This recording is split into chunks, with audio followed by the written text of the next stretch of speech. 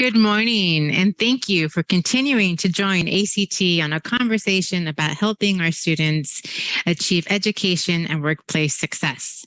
And welcome to the session on accessing no-cost readiness resources from ACT.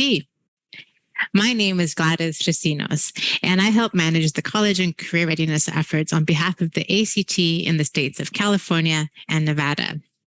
In this picture, my son here, he was still in college. Both of them were still in college. He's now a classical musician working for the Oregon Symphony. She is an entrepreneur chasing her dreams in Hollywood, California. And let me tell you, those smiles on that picture do not lie.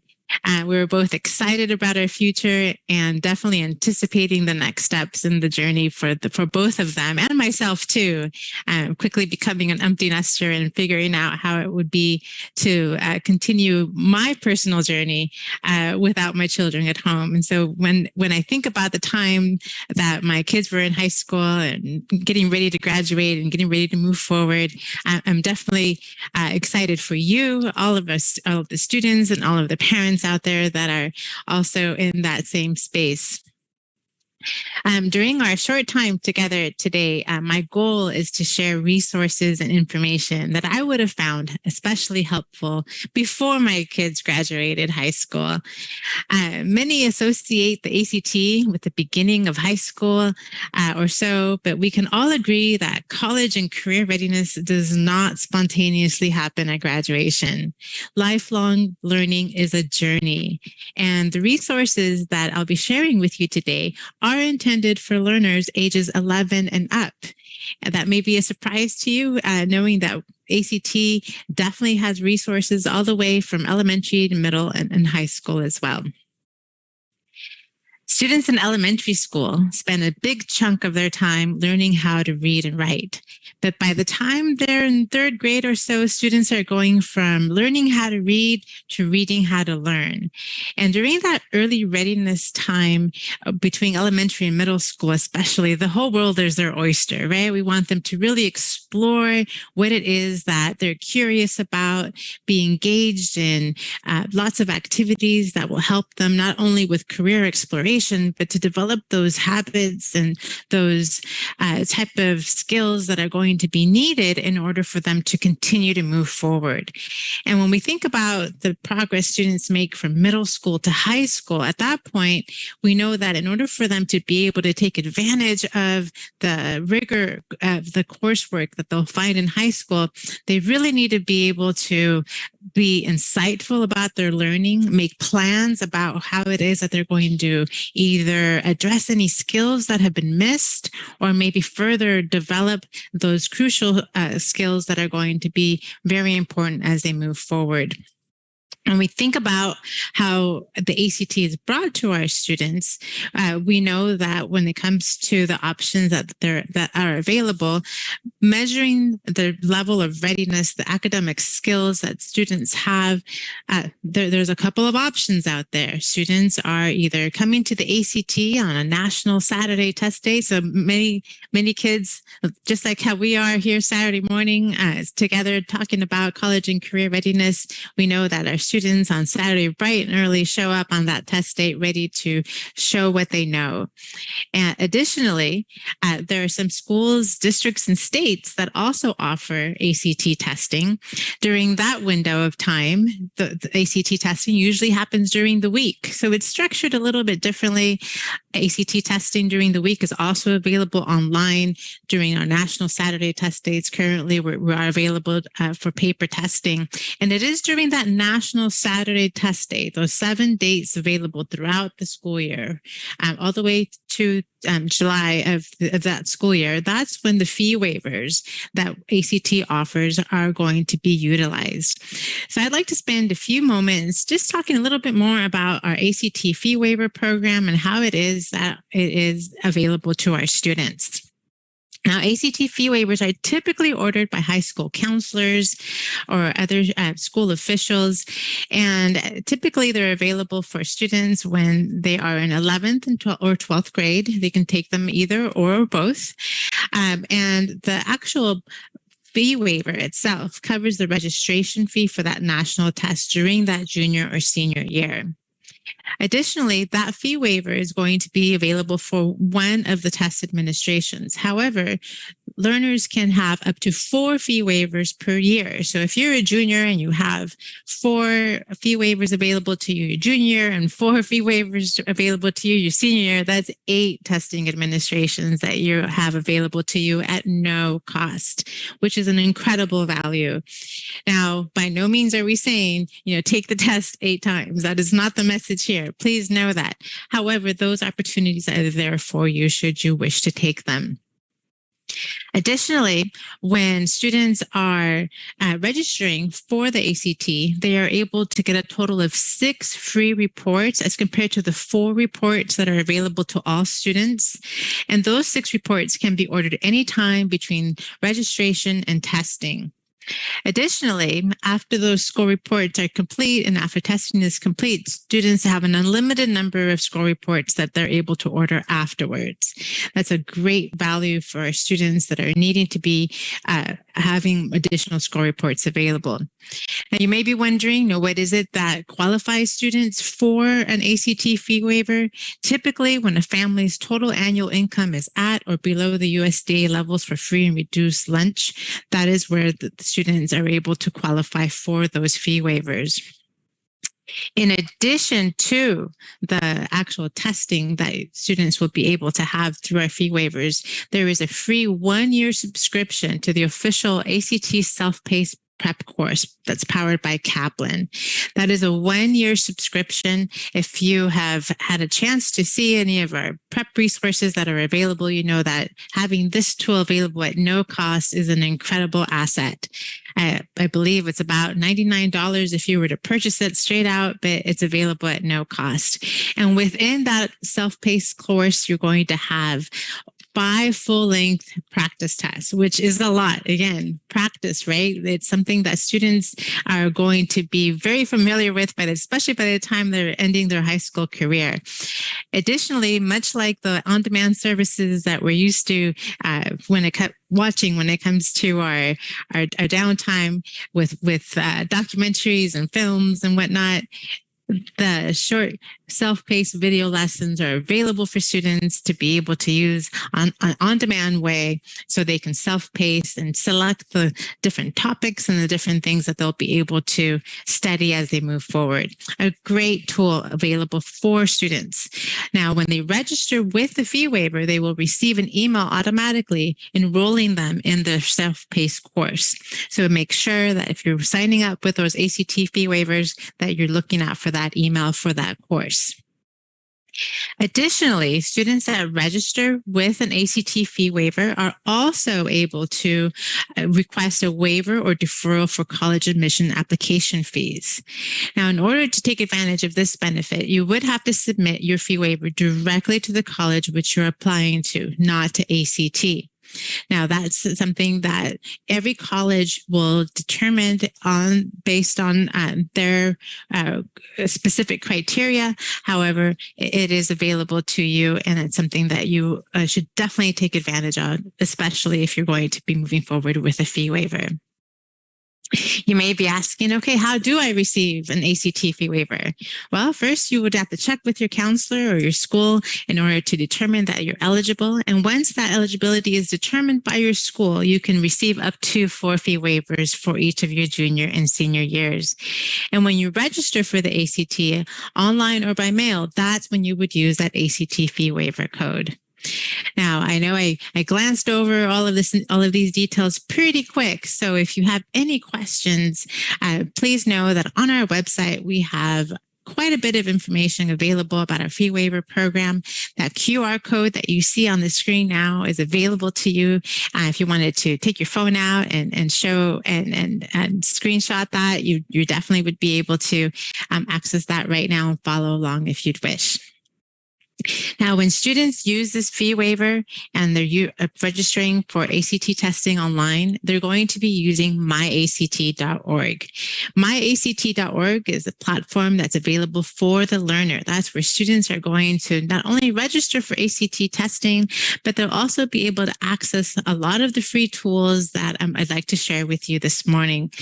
Especially when it comes to preparation, that's where you'll find, for example, the question of the day, along with the link to the sample test questions that are available on our website. Additionally, there's going to be a free online practice test that's available through MyACT.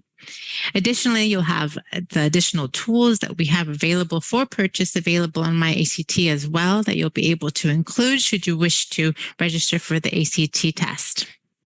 Now, you may be wondering, when it comes to ACT scores, ACT tests, a lot of what we talk about many times when we talk about our standardized tests is that end result, that composite score. How did we do? What are we doing with the score afterwards, right? A lot of our schools, colleges, and universities are not using the ACT scores for admissions, but they are using it for course placement. So if you visit, for example, one of the colleges or universities that you're interested in and you search for how ACT scores are used, you will find how many of the schools are using it to determine eligibility for those credit-bearing courses that first year. Now, with that being said, when you start looking at those scores, you'll notice that if you know that the score range on the ACT is between a 1 and 36, 36 being the highest that you can get, you will never find any 36s on the course requirements when it comes to ACT scores. And that's because it's never been about a perfect score. Our scores are intended to be measures of student learning, and it is a point in time. We know that that one test event has a lot of different factors involved. However, one thing we know for sure is that the goal has never been about getting a perfect score.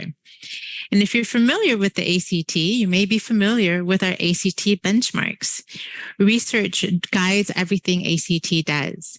And if there's one thing I'd like for you to take away from my session today is knowing that those benchmarks are going to be an essential tool that you can use, especially as you move forward and you're taking, for example, that first practice test and you have that initial score. What you'll want to do is you'll want to take that score and compare it to the benchmarks. Now, the ACT benchmarks are empirically derived, which means that we follow kids into college and find out what scores they were receiving when they were in high school. And when they're getting A's, B's, and C's in those credit-bearing courses, we know what scores they were getting on the ACT. So, for example, in English, if students earn an 18 or higher, that means that they have a 50% chance of getting a B or a 75% chance of getting a C or higher in that first year credit-bearing course. That's why many times when you'll see, for example, when colleges and universities are posting their course requirements with ACT scores, you'll probably notice scores like a 22 or a 23, because that's where the benchmarks really lie. Now, if you haven't taken the ACT score, ACT test yet, that's okay. You can get a predictive score for the ACT by logging on to myact.org and taking that free practice test. That free practice test is an online version of what the ACT test would be. For example, the paper test on the Saturday. On the weekday test, you may be taking it online if your school or your district provides ACT testing. That online test event is going to look exactly the same, whether you're on MyACT or if you're testing at school. Now, you'll notice that it's English, math, reading, and science. It is a full-length practice test for each one of our subjects. Additionally, you can take this practice test timed or untimed, and there will be an opportunity for you to see the results for not only your score, but you'll be able to do a response analysis. So you'll be able to go back and review any of the questions that you may not have gotten correct, and you'll be able to work on that content. In addition to that free practice test, now the free practice test, I'm thinking if you're a junior or a senior in high school, most definitely something that you should take before you take the actual ACT test. Absolutely. However, if you're maybe a freshman or a sophomore and you're getting started and you're wanting to see, well, what is it that I'm going to be responsible for when it comes to English, math, reading, and science? What is college level work? What is an external measure of my readiness? Am I going to be able to keep up after high school? One of the ways you can find out is by taking that question of the day, also available through myact.org.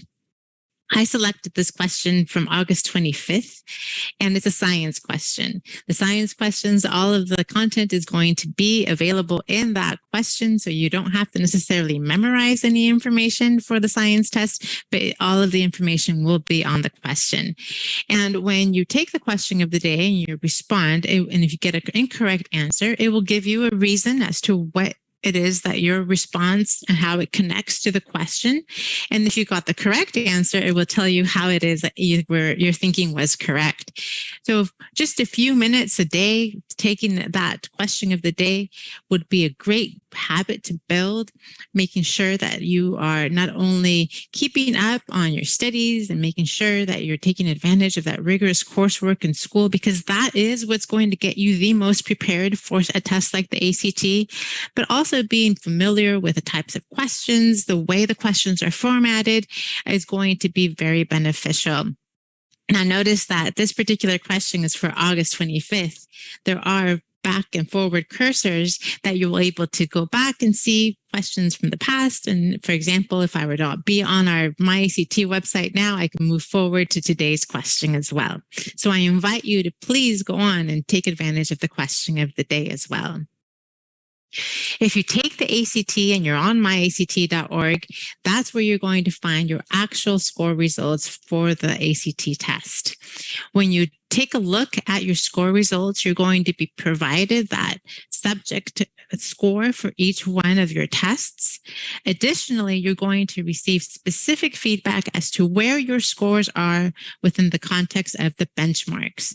So if, for example, the benchmark for math is 22, where did you score within that range? It will provide you that feedback.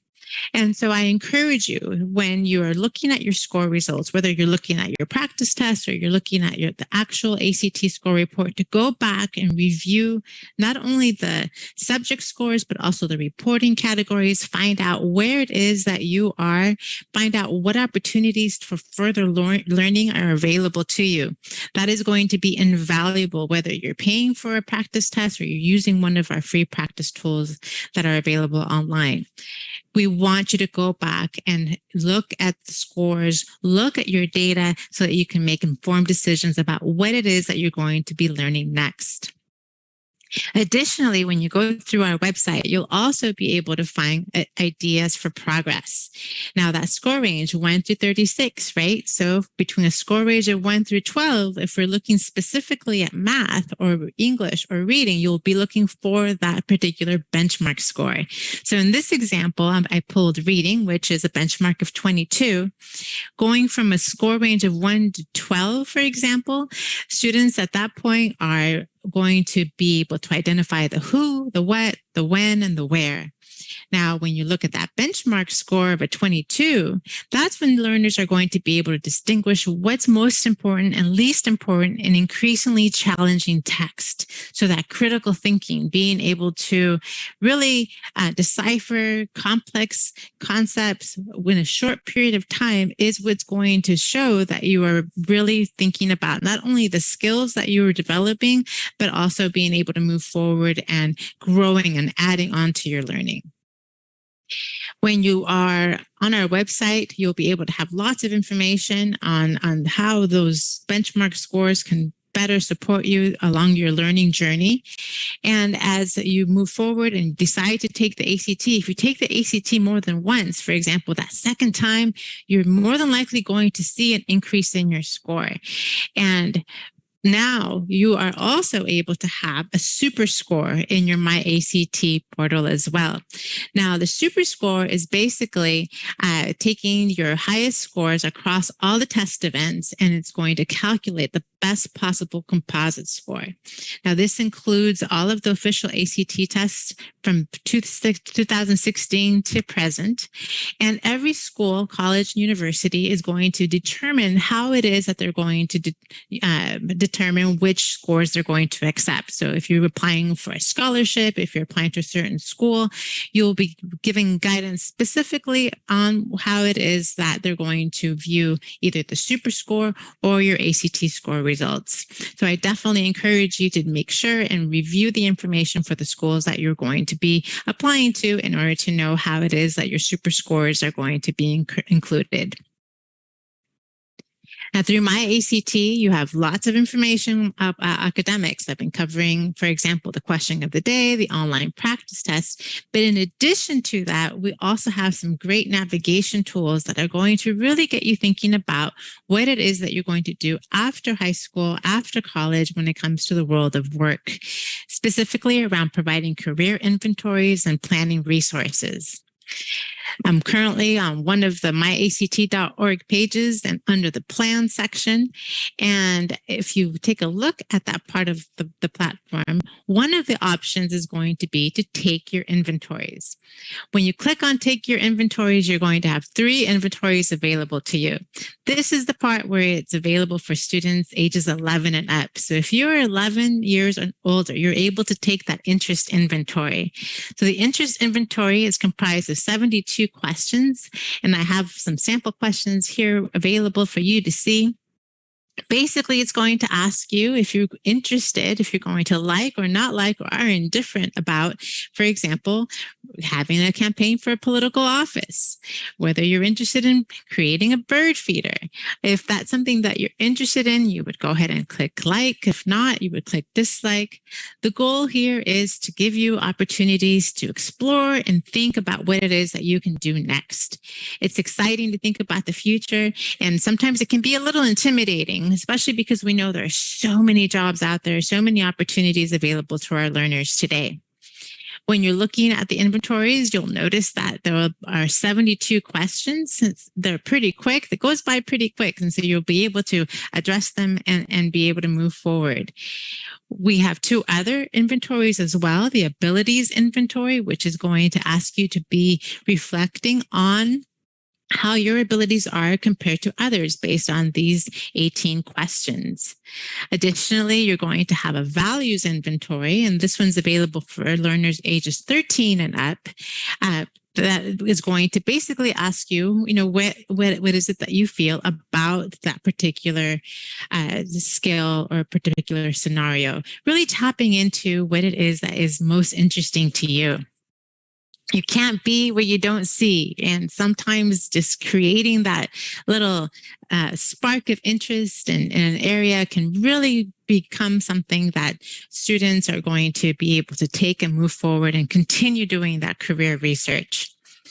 We're looking at here at the career map. When you complete all of 3 surveys, the career map is going to guide you into some of the career areas and career clusters that may be of interest to you based on your responses. It's not a crystal ball, that's for sure. However, it will provide you some great resource for continuing to explore how you can move forward in your learning. Research guides everything ACT does, and almost 40 years ago, ACT began working with employers and workforce agencies to help align what was being taught in the classroom with the skills needed for today's job market. And the cornerstone of these efforts is our ACT WorkKeys National Career Readiness Certificate. Now, you may be thinking, how does this fit into getting ready? Well, let me tell you.